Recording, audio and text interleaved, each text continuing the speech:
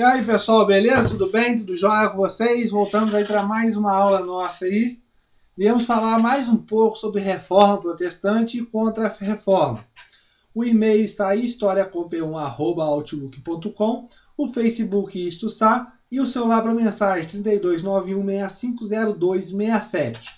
Com alguns e-mails que eu estou recebendo, várias pessoas estão falando: nossa, esse curso está muito extenso. Por que esse curso está muito extenso? Porque esse curso de História ele é completo. CHC, curso de História completo. Voltado para concursos vestibulares e pré-militares. Tranquilo? Enem, tudo, tanto faz. Tranquilo? Toda a parte que cai, a parte de História, esse nosso curso aqui pode te ajudar na hora da sua prova. Tranquilo? Vamos continuar aí nossa aula. Iremos falar sobre Reforma Protestante, parte 2. Iremos falar sobre o Calvinismo, introdução à Suíça, né? Eu vou falar um pouquinho mais da Suíça, onde esse calvinismo ele se expandiu, ele ganhou forças. Vamos falar sobre Urs e Zwinglio. Vamos falar um pouco sobre Genebra e João Calvino. Então vamos continuar então. Vamos falar aí na nossa aula aí. Vamos falar mais um pouco aí sobre reforma protestante, porque temos muita coisa para falar aí até chegarmos à parte de contra-reforma. Depois eu quero falar sobre o iluminismo, quero falar sobre as revoluções, Revolução Francesa, Revolução Inglesa, Revolução Industrial. Depois quero entrar na parte de expansão marítima, colonização, parte da América, história da América, e vamos continuar aí até chegar na parte de história do Brasil. Tá perto, pessoal, tá chegando. Calma, vocês estão muito afobados. Eu quero história do Brasil logo. Calma, tá chegando. Espere, calma que vai chegar a sua hora. Calma. Vocês aceitar essa água tá aqui, tá bom, pessoal? Se aceitar água, se quiser água, pode pedir. Não fique com vergonha, pode pedir. Pessoal, tá escrito aqui, professor Aldo, professor Aldo, pode pedir aqui, água, o que eu peço? Eu entrego para vocês. Você viu que a coordenação aqui como que está muito forte, né? Mas aqui, professor Aldo, tranquilo, pessoal? Professor, dá um golinho d'água aí? Eu dou, com certeza, porque eu não quero negar água para ninguém, tá? Depois você vai falar assim: o professor me negou água. Meu Deus do céu, vou mandar um azar para ele, uma má sorte para ele. Não faça isso, por favor, tá? Estou oferecendo água, tá? Mas eu vou molhar a garganta aqui, tá bom? Então voltamos aí para o nosso curso. Professor, fala aí fala desse negócio de reforma protestante contra... Calma, eu vou falar, calma. O negócio de descontrair. O nosso curso de história é isso. Ele é diferente por causa disso. Tranquilo? Os elogios que estão recebendo, muito obrigado pelos elogios. As pessoas estão falando: e aí, pessoal, beleza? É isso aí, é nosso curso de história. Esse entretenimento entre nós aqui, para que o nosso curso ele seja uma coisa mais prazerosa para que você possa estar estudando. Não seja aquela coisa massacrante, aquela coisa monótona, aquela coisa enjoada, que você liga o computador, antes de começar o negócio, eu dormir. Não. Então aqui para você ficar ligado, tá? Daqui a pouco eu vou dar uns gritos aqui para você acordar. Mas vamos continuar aí com o nosso curso de história. Falaremos um pouco sobre a Suíça. A Suíça na Idade Média. Vamos falar um pouco dela.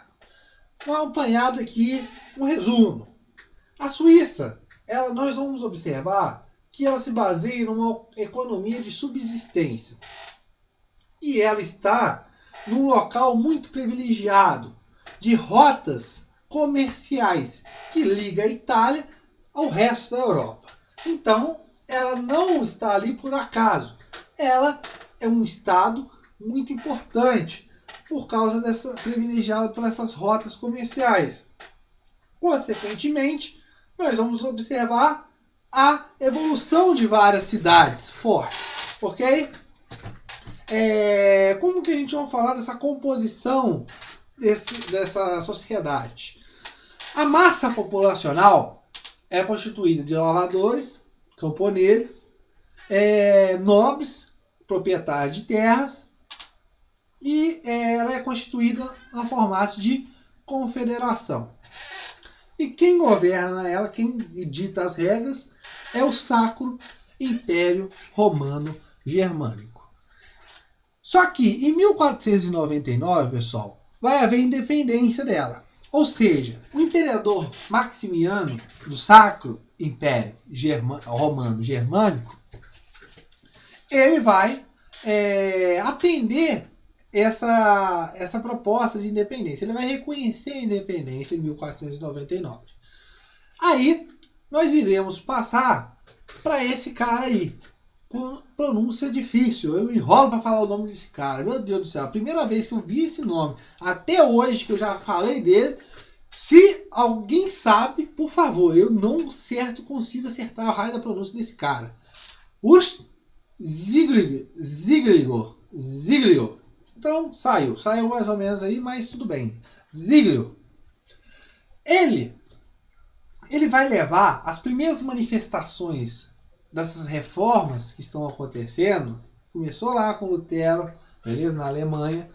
Essas primeiras manifestações dessas reformas, ela vai vir com esse rapaz aí, com esse caboclo aí.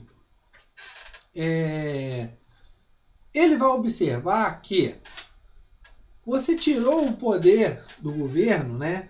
O imperador Maximiano, um estrangeiro, e para que um governo religioso na figura do Papa? Também considerado um estrangeiro. Quando nós já vimos lá atrás, a parte do nacionalismo. Tranquilo, pessoal? Beleza? E o que vai acontecer? Esse cara, ele vai condenar várias atitudes da igreja, como a venda das indulgências, os abusos da igreja, e entre outras coisas.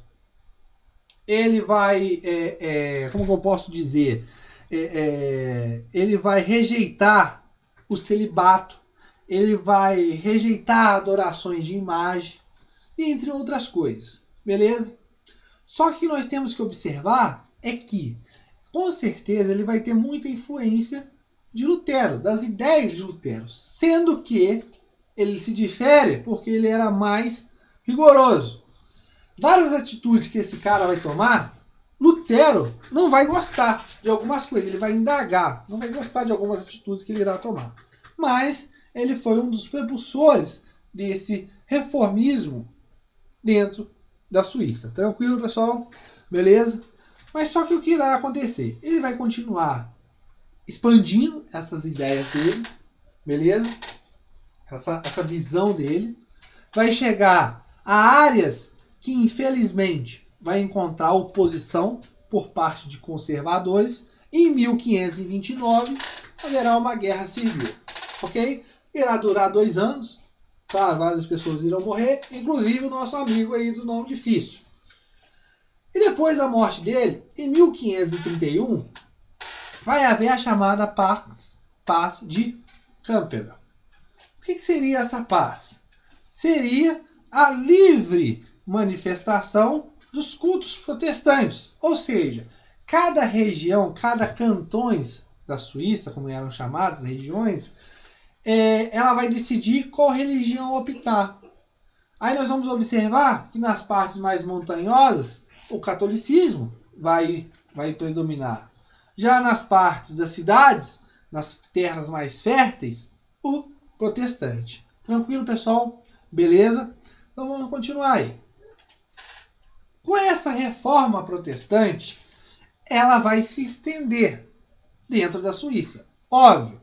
Chegar até a uma cidade chamada de Genebra. Uma cidade linda, uma cidade maravilhosa.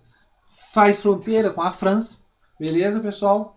E essa reforma, essas ideias dessa reforma protestante irão chegar até Genebra.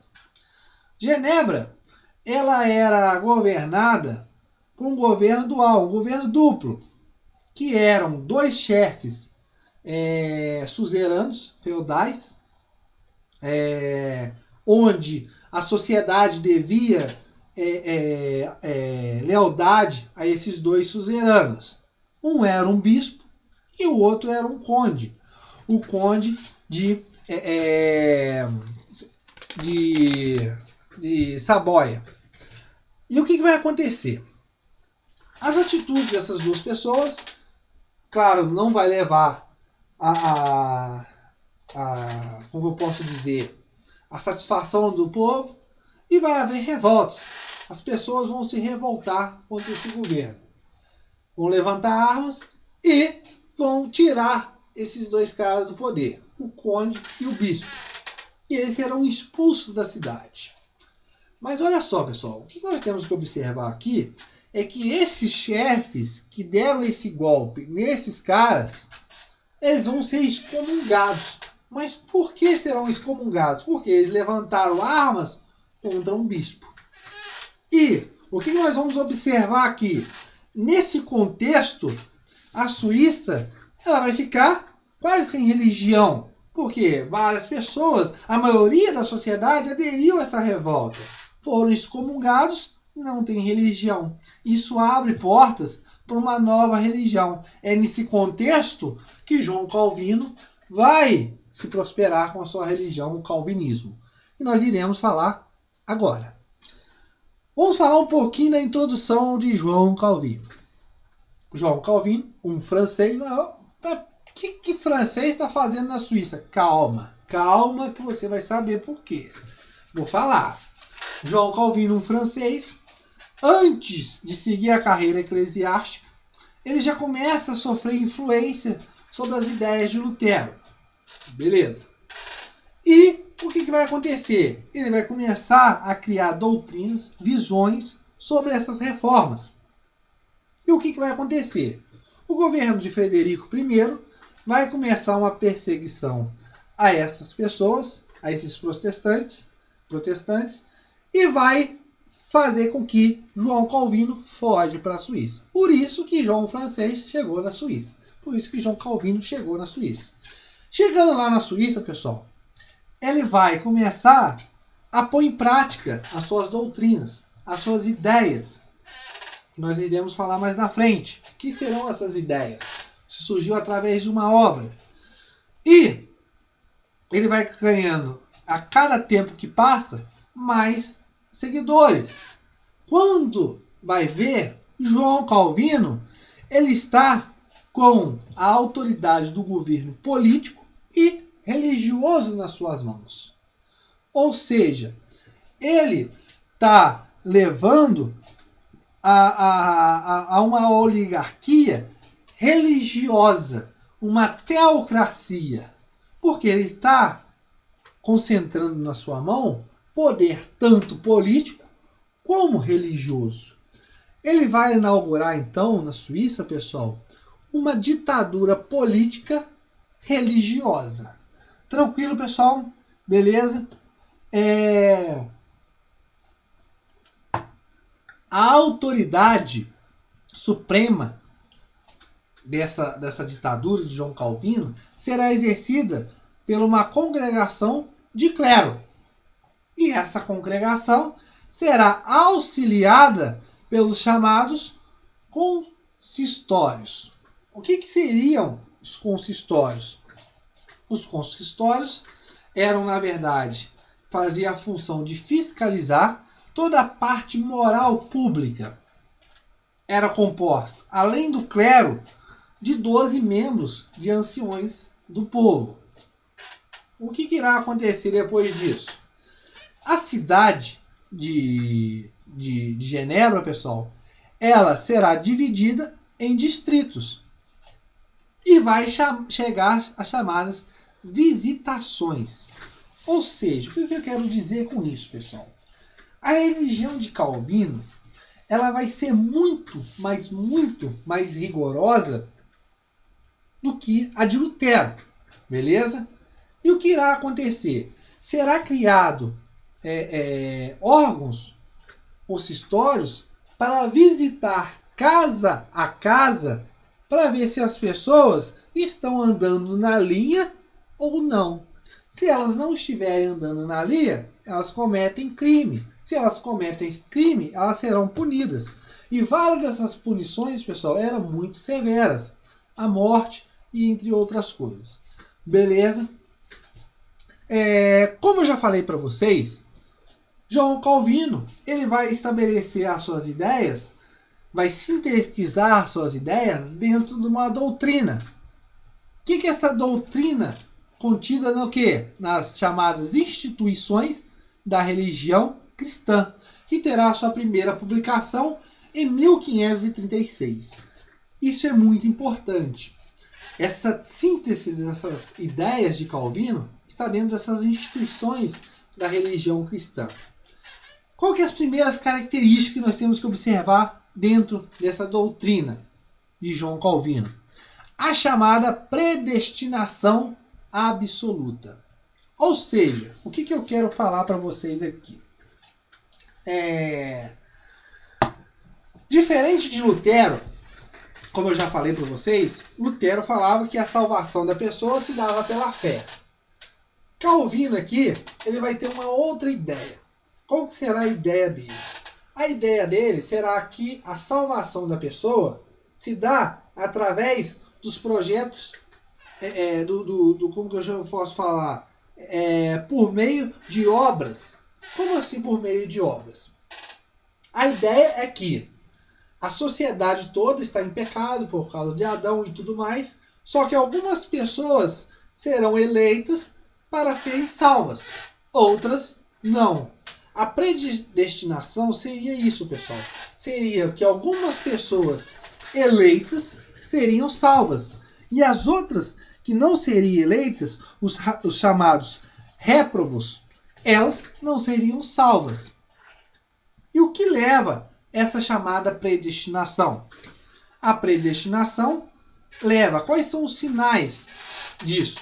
Seria o que a pessoa ela tinha uma vocação, ou seja, ela tinha um dom, e esse dom que ela tinha, ela transformava isso num trabalho, ou seja, numa profissão, e a partir disso ela começaria a se enriquecer. Ela começaria a aglomerar riquezas, din-din. E esse din-din ela não poderia gastar com coisas mundanas. Ou seja, o que eu quero dizer com coisas mundanas? Ela não iria gastar esse dinheiro, a Deus dará com qualquer coisa. Esse dinheiro ele seria guardado para ser investido em novas obras. Tranquilo, pessoal? Então, cada mais que a pessoa se enriquece através de obras, ela se garante como eleitos nessa salvação, nessa chamada predestinação absoluta. Tranquilo, pessoal? Ok? Uma outra coisa também que nós vamos falar também é que Calvino ele vai fazer várias outras mudanças dentro da igreja. Por exemplo, vai proibir as músicas de instrumentos dentro da igreja, vai proibir vitrais, vai proibir imagens. Nós vamos observar que vai haver a frase chamada 4 muros nus. Ou seja, você não tem nada, você só tem apenas o sermão. Tranquilo, pessoal? Beleza? Então nós vamos observar aí que não vai ter imagens. A subordinação do Estado sobre a igreja. Tranquilo, pessoal? Isso tudo nas instituições absolutas. São as características dessa doutrina de João Calvino.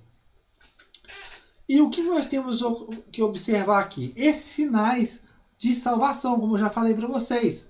A vocação, o dom que a pessoa tem. Ele era uma pessoa que sabia fazer sapatos. O dom dele era fazer sapatos. Esse dom é uma vocação que ele tem, que ele vai transformar isso em trabalho, em profissão, e logo essa profissão ele vai ganhar acúmulos de riqueza, e este acúmulo ele não pode gastar com coisas mundanas, mas sim investir o seu dinheiro. Olha só, pessoal.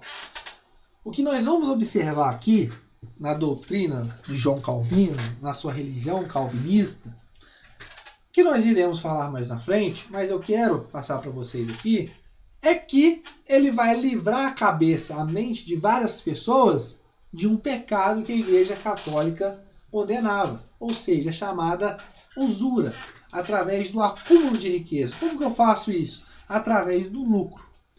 Um sociólogo alemão chamado Max Weber, ele vai postular uma obra chamada Ética Protestante e o Espírito do Capitalismo, que será o que isso? Ele vai observar que o protestante, ele, através do acúmulo de dinheiro investindo em novas formas, ele vai levar o Estado às chamadas Revolução Industrial. A Revolução Industrial, ela está ligada a essa parte do calvinismo, desse acúmulo de riqueza. Tranquilo, pessoal? Beleza? Então, nós iremos passar aqui que essa religião calvinista, e isso aqui é importante vocês terem essa ideia, porque a religião calvinista, ela está ligada intimamente a esse novo capitalismo que está surgindo. A esse capitalismo. Tranquilo? Beleza? E, como eu já falei para vocês, essa religião será um alívio para a cabeça de muitas pessoas. Por quê? A igreja condena o lucro, a usura. E, consequentemente, pessoal, essas pessoas, elas vão adotar que religião? Vão continuar na católica ou vão passar para o calvinismo? Óbvio que vão passar para o calvinismo. Então, o que nós vamos observar? Que o calvinismo vai ter grande apoio burguês. Tranquilo, pessoal?